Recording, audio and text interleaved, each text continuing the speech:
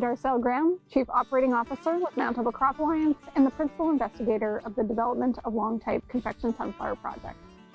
The overall objective of this project is to increase the profitability of growing sunflowers for Canadian producers.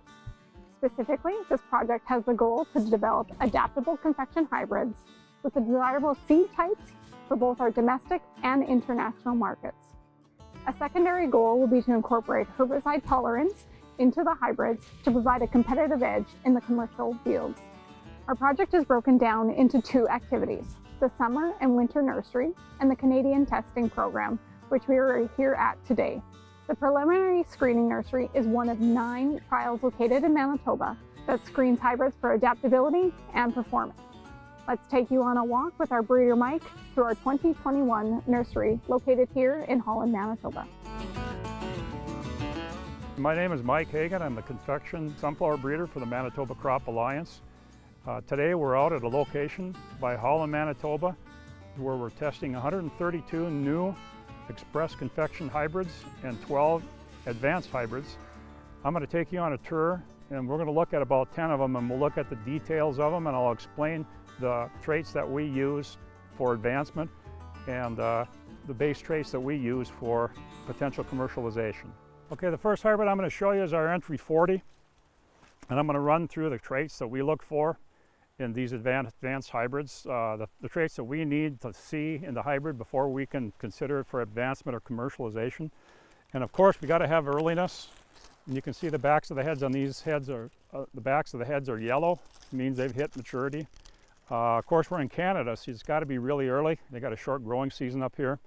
A real big trait up here that I found, seem to have a fair number of extreme weather events, is standability. And the way I select for standability is to have the hybrids real straight. I don't want any leaning, and they got to be almost like a picket fence. It's the only way I can be sure that whatever selection that I'm making has a reasonable level of standability. I don't want to see a cross look, or I don't want to see any leaning. So that's basically how I select in terms of standability or lodging resistance. It's also this hybrid also has a gene for downy mildew resistance and rust resistance. The seed type that we try to breed for in the program is, it's got to have a wide shoulder, it's got to have a good color, a fairly wide shoulder and a good color. We've had a drought here this summer, so the seed types aren't quite what we saw in 2020, and I think that the nut meat percentages and the test weights are going to be down a little bit. The plot in general looks good, but it was drought stressed, and we can tell that.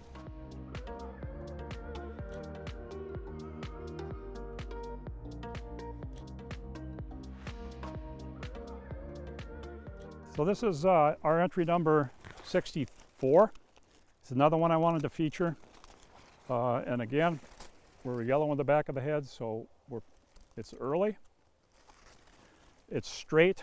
We need to see it straight. It's got to be straight like a picket fence, or we don't select it. We don't take plots experimentals that have any crossover or any lean.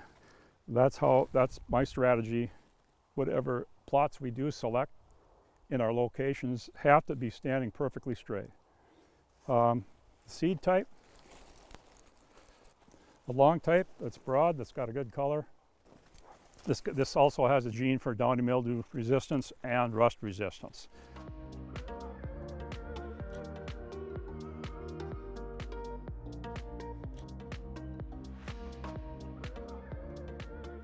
Okay, entry number 65, and again, we're early, it's mature. The planting date actually in this field was May 31st. So for that late of the planting, you can tell it's very early. We're still hitting maturity easily hitting maturity on September 24th. This hybrid also has downy mildew and rust resistance, a gene for each resistance. It's got good standability. I'm going to back up real quick and so you can look. And there's the seed.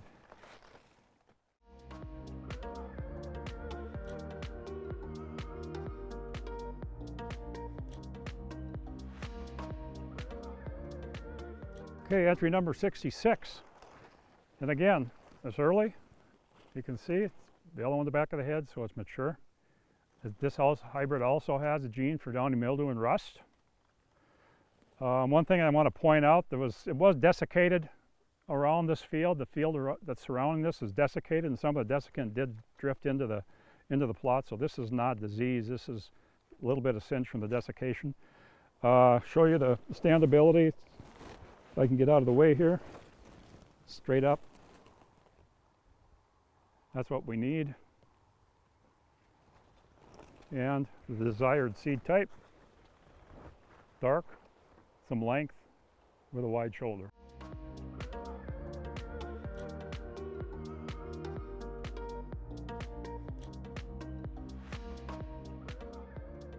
Entry number 73, and again I'm going to show you the backs of the heads. They're yellow, it's mature, September 24th with a May 31st planting date. And I'm going to back up a little bit so you can see standability, how straight they are. There was a lot of wind that came through the plot, and there's a lot of plots that are messed up from the wind, and the ones we're selecting are straight up. And the stock health is really good on them. Here's the seed, dark colored, got a good shoulder on it, not too much variegation. Variegation is the white stripe.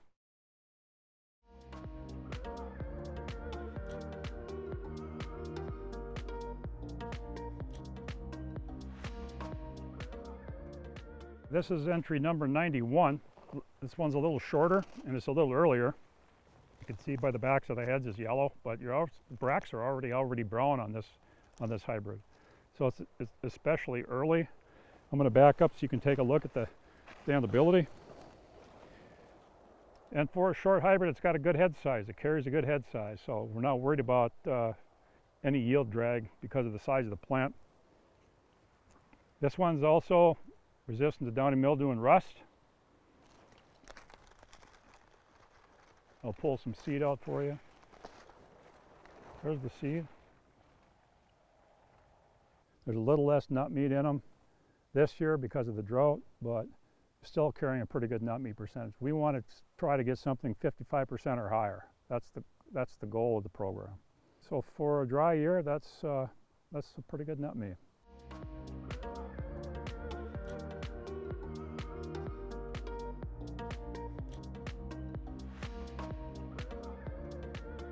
Okay, entry 95. This is another hybrid with downy mildew and rust resistance. It's a somewhat shorter hybrid. There's the back of the head. It's a little earlier than not quite as early as the last one we looked at, but it carries a good head size for the size of the plants and the size of the hybrid it is. I'm going to show you the seed. It's a good nut meat for a dry year.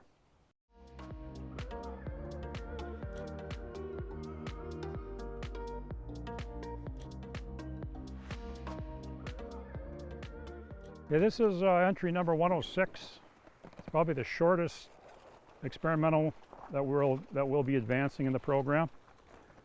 But it's got a good head size. Don't worry about the height so much. As long as it carries a good head size, it should maintain that yield potential. It's also downy mildew and rust resistant.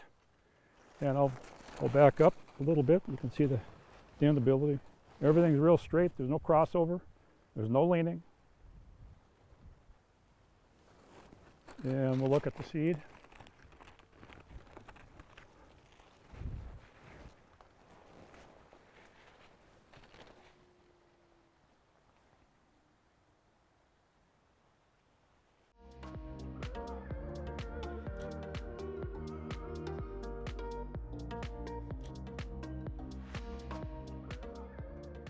Entry 111, another downy mildew rust resistant experimental.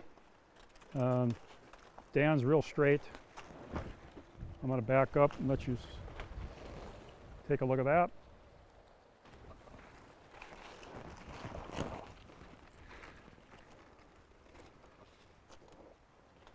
And there's the seed.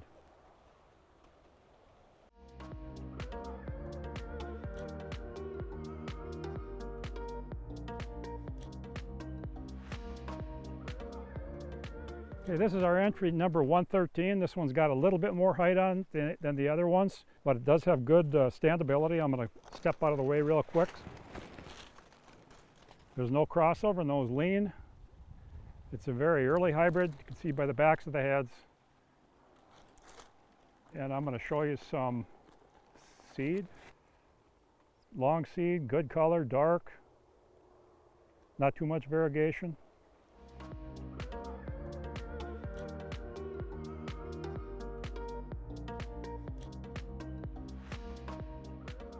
I hope that we painted a good picture for you on our hybrids and what the traits that we try to breed for in our program, and what we require in our hybrids for advancement and hopefully for eventual commercialization.